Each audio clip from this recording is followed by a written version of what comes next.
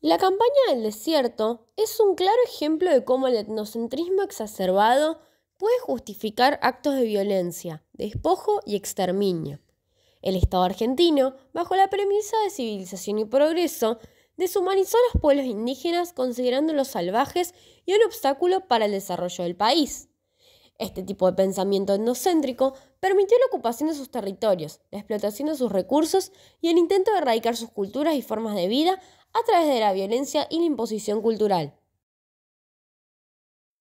Antes de la campaña del desierto, Argentina comprendía principalmente las regiones de la Pampa Central y algunas áreas de la Patagonia. Las tierras al sur, especialmente la vasta región patagónica, estaban habitadas por diversos pueblos indígenas, como los mapuches, tehuelches, ranqueles, y en Tierra del Fuego, los selknam. A finales del siglo XIX, el Estado argentino emprendió una serie de campañas militares que, poco a poco, expandieron las fronteras nacionales hacia el sur y al oeste, ocupando y despojando a estos territorios indígenas. Las primeras conquistas se dirigieron hacia el norte, buscando someter a pueblos como los huichis, pilagás y tobas, en lo que se conoció como la Campaña del Chaco. Al sur avanzaron sobre la Patagonia, donde habitaban los mapuches, tehuelches y ranqueles. Cada campaña fue cimentando la idea de un país unido y en expansión, aunque para ello se arrasara con los territorios y culturas indígenas. Finalmente, durante la presidencia de Avellaneda y posteriormente bajo el mando de Julio Argentino Roca, el Estado argentino lanzó la campaña del desierto, un esfuerzo por expandir las fronteras hacia la Patagonia para consolidar el control estatal. Fue en esta campaña que el etnocentrismo se volvió protagonista, viendo a los pueblos indígenas como una amenaza a la civilización y justificando su exterminio o sometimiento para favorecer la expansión de una economía agroexportadora. La campaña del desierto se caracterizó por una serie de acciones que reflejan un profundo etnocentrismo. Desde la perspectiva del gobierno, los pueblos indígenas eran salvajes y bárbaros, que necesitaban ser eliminados o civilizados. Así, sus tierras fueron consideradas un desierto a conquistar, sin reconocimiento de las culturas que en realidad lo habitaban. Con esta narrativa, el Estado justificó la apropiación de sus tierras, expulsándolos de sus hogares y confinándolos en reservas o campos de trabajo. La violencia física fue una constante. Miles de indígenas fueron capturados y sometidos a trabajos forzados en obrajes, estancias y hogares de familias criollas.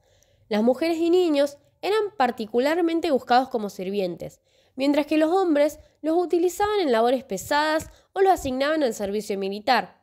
En provincias como Mendoza, los periódicos incluso publicaban anuncios ofreciendo a chinas y chinitos, una práctica de explotación que deshumanizaba a estos pueblos. El despojo de tierras fue otro pilar de la campaña. Las vastas regiones que habían pertenecido a pueblos originarios durante siglos fueron tomadas por el Estado y terratenientes para ser convertidas en tierras agrícolas y ganaderas. Las comunidades fueron desplazadas violentamente y en muchos casos se cambiaron los nombres de los lugares, borrando las huellas de las culturas originarias y consolidando una colonización cultural que buscaba eliminar la presencia indígena. Curiosamente, el etnocentrismo también afectó a los gauchos y soldados en la frontera. Para el Estado, el gaucho representaba el desorden y la vagueza. Eran enviados a la frontera en condiciones de casi exilio. Eran tratados como ciudadanos de segunda clase, obligados a enrolarse en el ejército en condiciones precarias, muchas veces sin salario ni apoyo. Mientras tanto, las élites contrataban a inmigrantes europeos para evitar que sus trabajadores fueran reclutados. Para el gaucho, la frontera significaba aislamiento, castigo y olvido.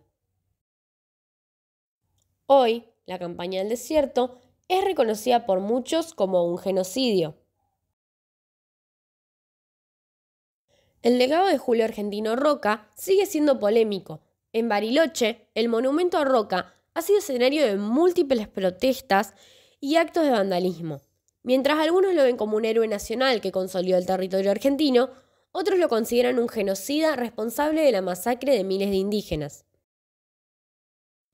A pesar de los horrores de la campaña del desierto, la Constitución argentina reconoce los derechos de los pueblos originarios a la posesión de sus tierras ancestrales. En el artículo 75, inciso 17, incorporado en la última reforma constitucional en 1994. Por otro lado, en 2006 Argentina sancionó la Ley 26.160, que protege los territorios de los pueblos originarios y establece un marco legal para evitar el despojo de sus tierras.